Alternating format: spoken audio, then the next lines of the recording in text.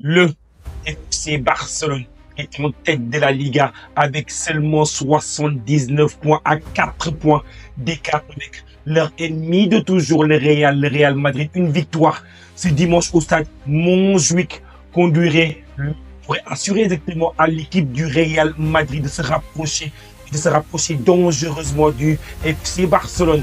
L'élimination reste dans la tête de beaucoup de Barcelonais et l'élimination face à cette équipe de l'Inter Milan reste également dans la tête d'un Barcelonais que vous connaissez parfaitement ici de Palme d'Or. Palme d'Or, comment tu vas Palme d'Or? Parce que je pense que tu es une semaine difficile pour toi.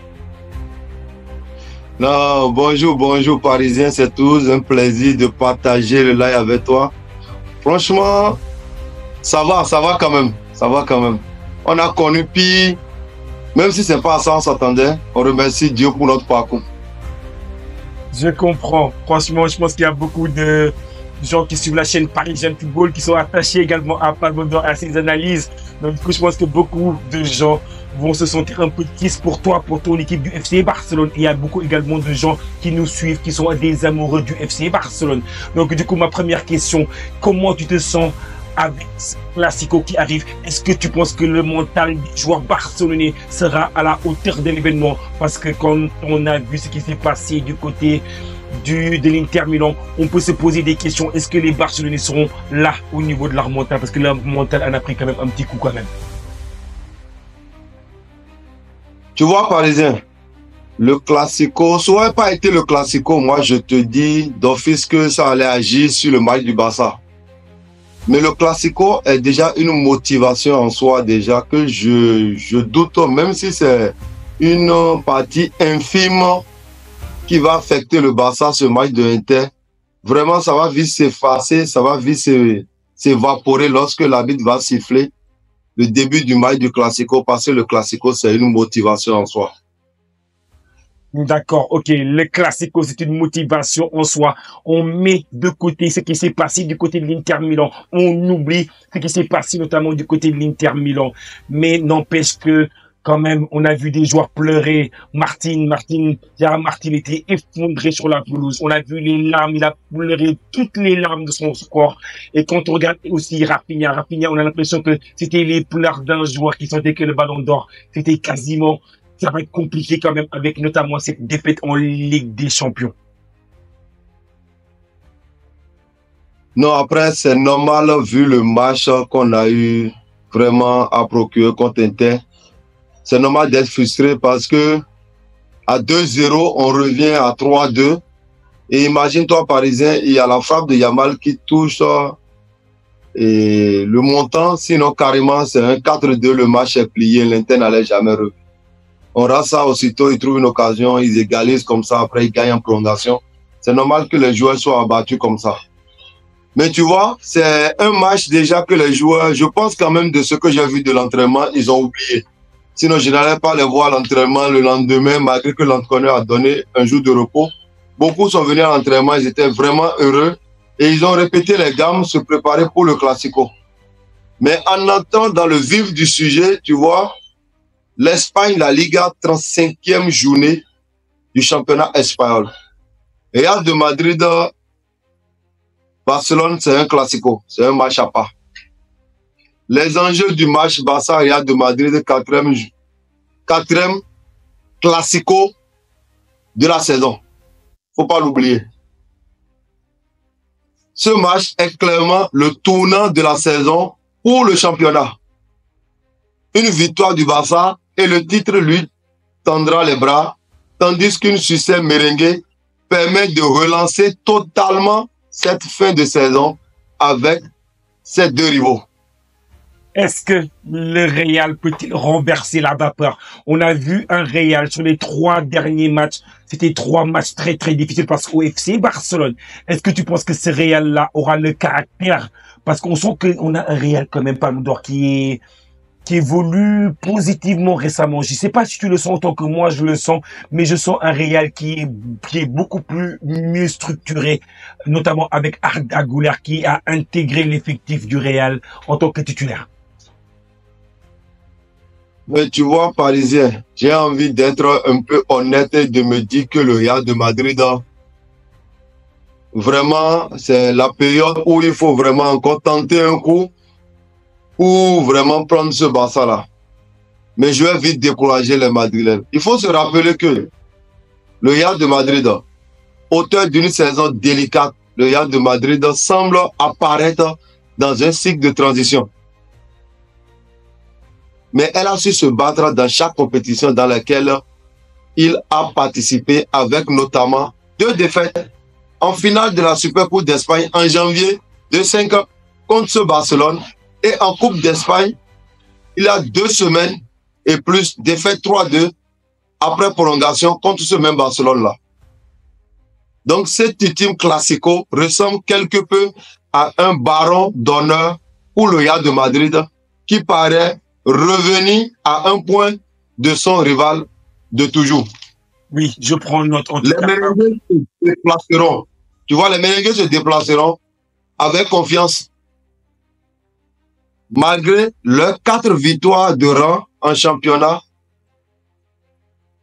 quand tu regardes en profondeur ces victoires-là, contre Alaves 0-1, contre Bilbao 1-0, contre Getafe 0-1, contre Celta Vigo, il y a quelques jours seulement 3-2, pour la simple et unique raison qu'ils sont fragiles. Ce Real est trop fragile, Parisien.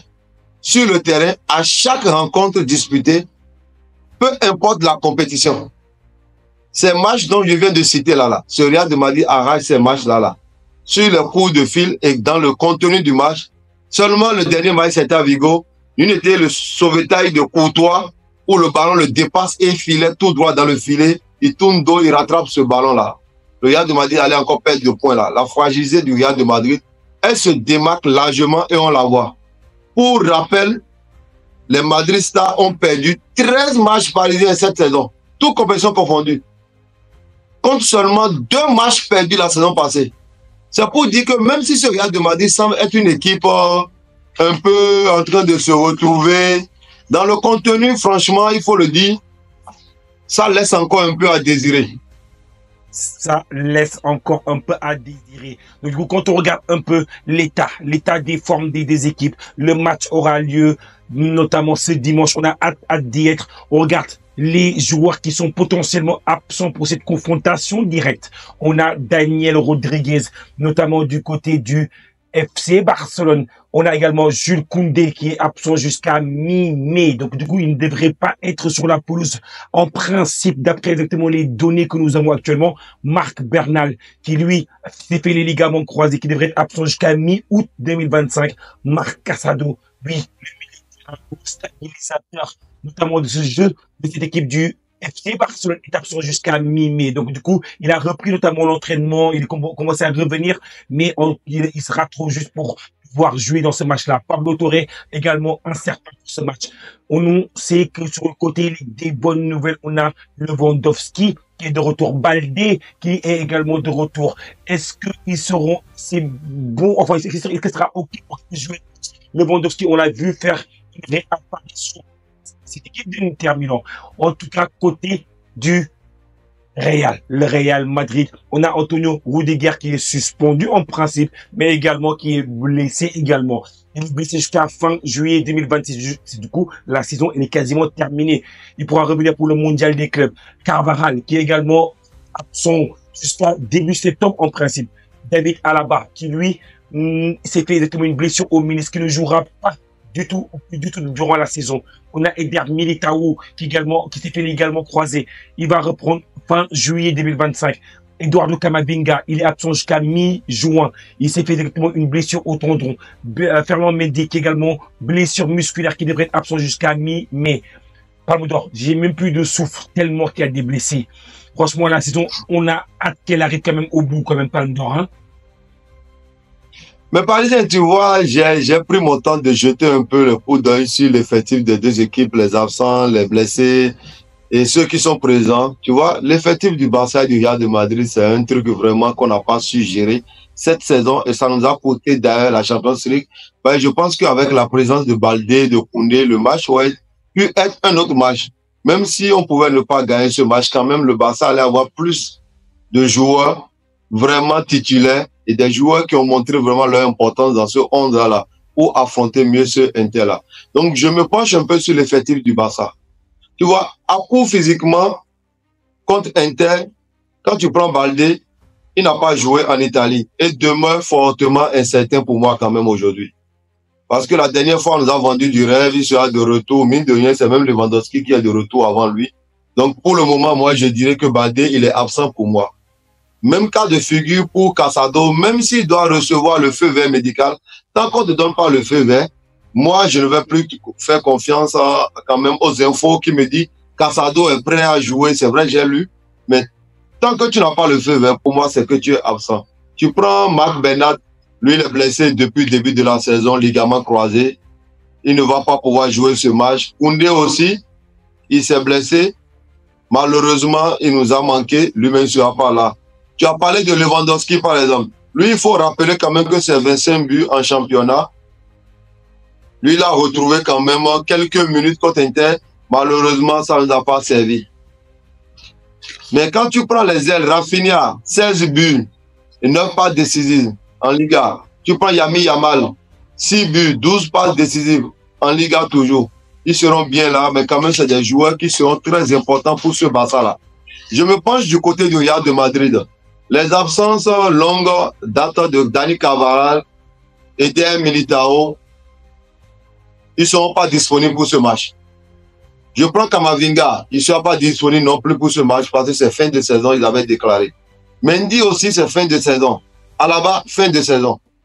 Les options défensives pour le Real de Madrid sont fortement réduites pour Carlos Ancelotti. Il doit quand même se priver aussi de Rudiger et qui est blessé, qui est d'ailleurs suspendu s'il n'était pas blessé pour 6 matchs. Donc lui-même, il ne sera pas là. Tu vois? Donc, quand je regarde un peu la ligne défensive, elle devait être composée de Tchouaméni, déjà qui a des problèmes défensifs. Contre le Real, contre le Barça, le 4-0 se rappelle, il y a des erreurs de Tchouaméni. Les Madrilènes, ils ne voulaient plus voir ce joueur à ce poste-là. Il a retrouvé son poste de 6, mine de rien. Il a commencé par performer. Aujourd'hui, il doit encore dépanner en défense centrale au Classico, accompagné de Asensio, Lucas Vazquez et de Fran Garcia. Moi, la défense, là, c'est un problème pour le Real de Madrid. La seule satisfaction du Real de Madrid vient de ce joueur, Ada Güler, qui devrait à nouveau démarrer au poste de numéro 10 pour moi, dans un milieu composé de Bellingham, Ceballos et Valverde. Mais est-ce que quand tu parles exactement de la défense, est-ce que tu penses pas que la défense du Barça est tout aussi inquiétante que la défense du Real Madrid? Notamment, on a vu l'exposition de la défense du FC Barcelone face à l'Inter Milan. Ils ont eu les pires difficultés face à cette équipe de l'Inter Milan. Non, mais tu as bien souligné quelque chose, Parisien. Parce qu'il faut le rappeler, l'état de forme de la défense du Barça, c'est 10 buts encaissés sur les 3 derniers matchs de Ligue des Champions. Le FC Barcelone a fait la porte de la Ligue des Champions en semaine sur la pelouse de Inter. Il faut se rappeler de ce match fou finalement, où carrément c'est 6-7 sur les 2 matchs. On a presque envie de dire tout ça pour ça quand on regarde la défense du Barça qui encaisse tant de buts. Et pourtant, je t'avais dit aussi, on avait eu l'échange, toi et moi, Palme. J'avais dit exactement la défense, tu me disais exactement que c'était la philosophie, notamment de Flick qui veut toujours marquer un but de plus. Mais pour moi, c'était suicidaire. Oui, mais le but de plus n'est pas venu malheureusement avec les nombreuses occasions ratées. Et force est de constater que quand tu prends trop de buts, le bâton que tu prends pour taper l'autre, ce même bâton peut te taper. C'est ce qui est arrivé pour le Barça contre Inter. Donc, contre le Real de Madrid, on aura fort à faire. On aura fort à faire. Parce que cette défense aussi est inquiétante. Heureusement que la défense du Real aussi est inquiétante, ce qui équilibre quand même un peu les choses. Mais quand tu te penches un peu sur les phases offensives des 2 équipes, il faut dire quand même que Rafinha, il est en bonne forme cette saison. Yamal, il pète la forme. Du côté du Real de Madrid, c'est pas un côté de forme, mais c'est plus côté de cohésion de jeu. L'attaque, ils n'arrivent pas à se comprendre. Et ça va encore jouer à ce niveau-là. Heureusement quand même qu'ils ont un argument où, si je me rappelle bien, Mbappé quand même, il a un but de différence de Lewandowski, donc il va forcément vouloir toujours prouver. Et lorsque tu regardes le dernier Classico, c'est son entrée carrément qui a balancé le Classico. Heureusement que le Barça est revenu, donc il serait toujours revanchard. Et d'avoir un joueur comme Mbappé dans son rang, ça va compliquer les tâches pour le Barça. C'est vrai, le Barça a Yamal, le Barça a Rafinha, mais le Real de Madrid a Mbappé qui veut être Pichichi quand même de la Liga. Au risque de ne pas remporter quand même ce championnat, il va se contenter de ce type de Pichichi. Donc ça va galvaniser quand même Mbappé qui peut-être avec cette manière d'apporter sa touche à l'édifice de l'attaque du Real de Madrid, ça peut se faire accompagner par Vinicius, qui serait peut-être le second attaquant du Real de Madrid devant. Je pense que Rodrigo risque d'aller au banc vu les performances de Ada Goulet. Donc si moi je regarde un peu, les deux effectifs, le Barça et le Real, aucun avantage vraiment sur le papier.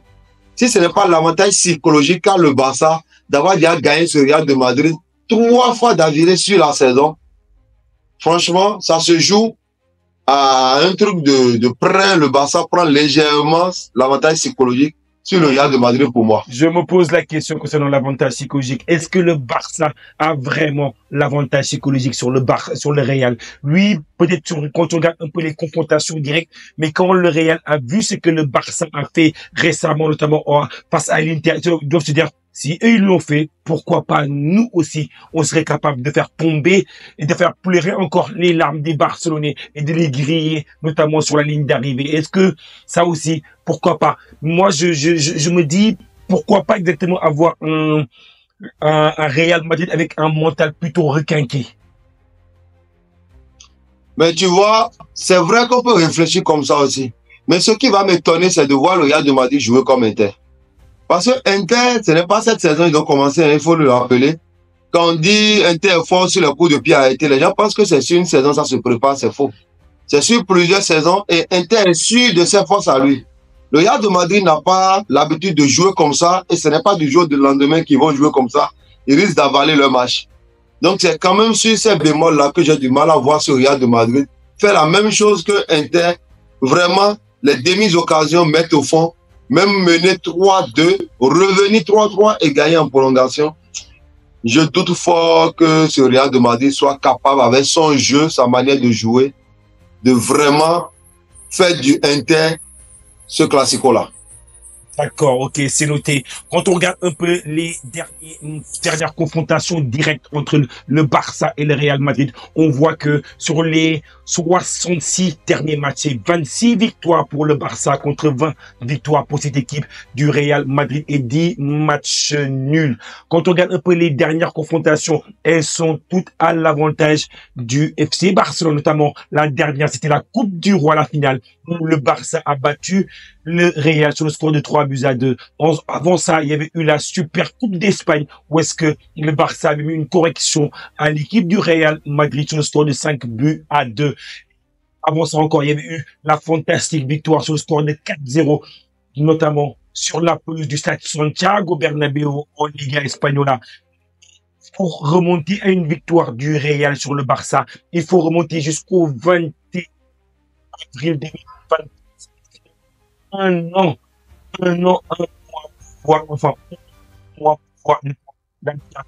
du Real sur l'équipe du parce que quand on regarde un peu les joueurs en forme, on a Lewandowski qui a marqué 25 buts en Liga, versus Kylian qui a marqué 24. On a 20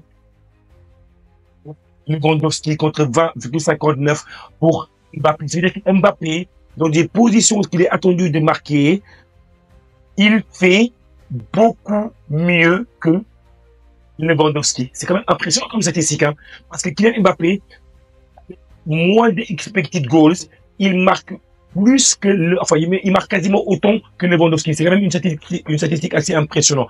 Et toi, qu'est-ce que tu penses un peu de ton côté, Ballon d'Or, de toutes les statistiques qu'on vient de donner sur la forme du moment? C'est vrai que c'est le Barça qui est devant, mais n'empêche que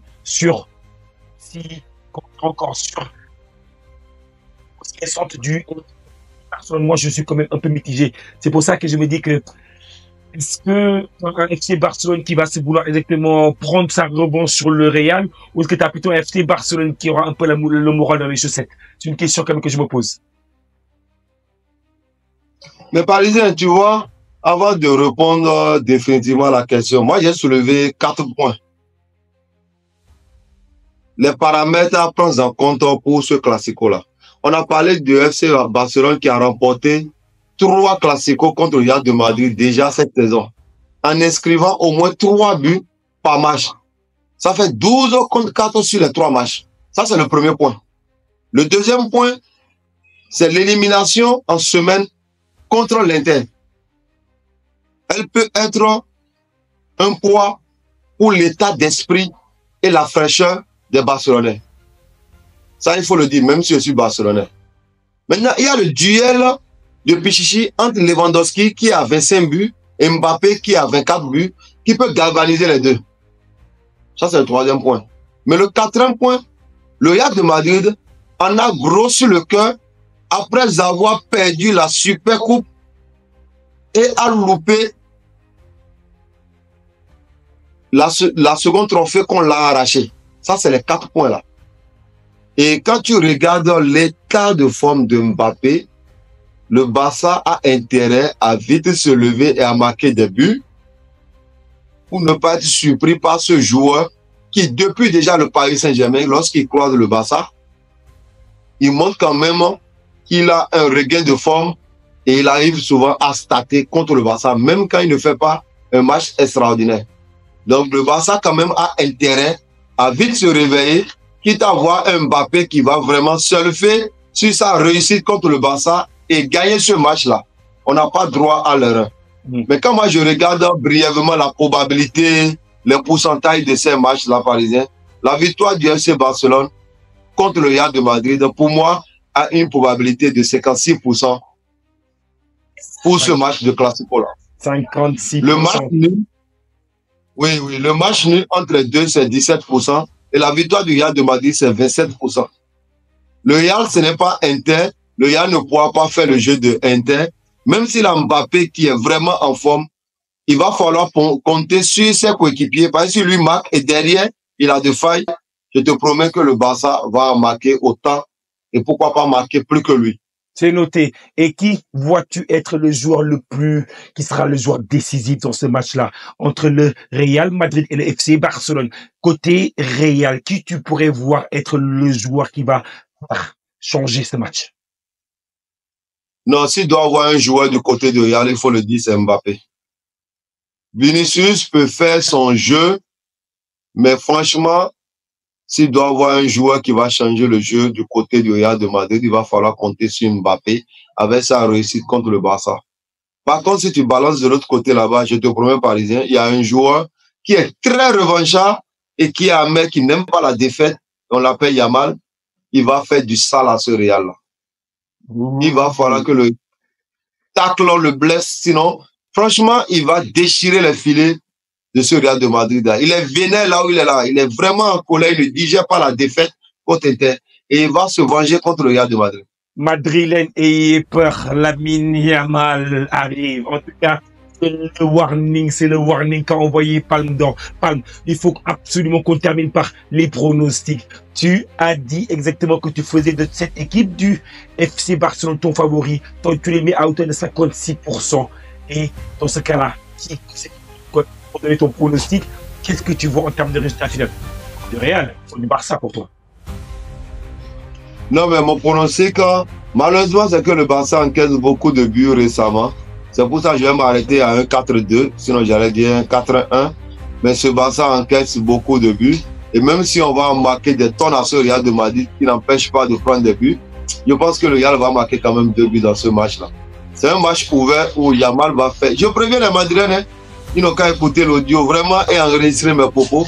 Yamal, même si on va l'arrêter, vous allez voir un Yamal qui est en mode vengeance au Classico. En mode Sangoku, comme il a dit exactement parfois par le passé. Et on sait que parfois, quand Lamine Yamal est en mode Sangoku, parfois, ça ne se passe pas exactement comme prévu. Et également, Palme exactement, parfois, il est bon dans ses pronostics, mais on se rappelle que Palme d'Or, il avait aussi dit avant d'affronter cette équipe de l'Inter Milan, qu'il allait corriger cette Inter de Milan. Mais malheureusement, il n'a pas eu raison sur ce coup-là. En tout cas, la team, toujours de plus en plus nombreux à être abonnés à la chaîne Legend Football. Point 4, c'est tout ce qu'il y a.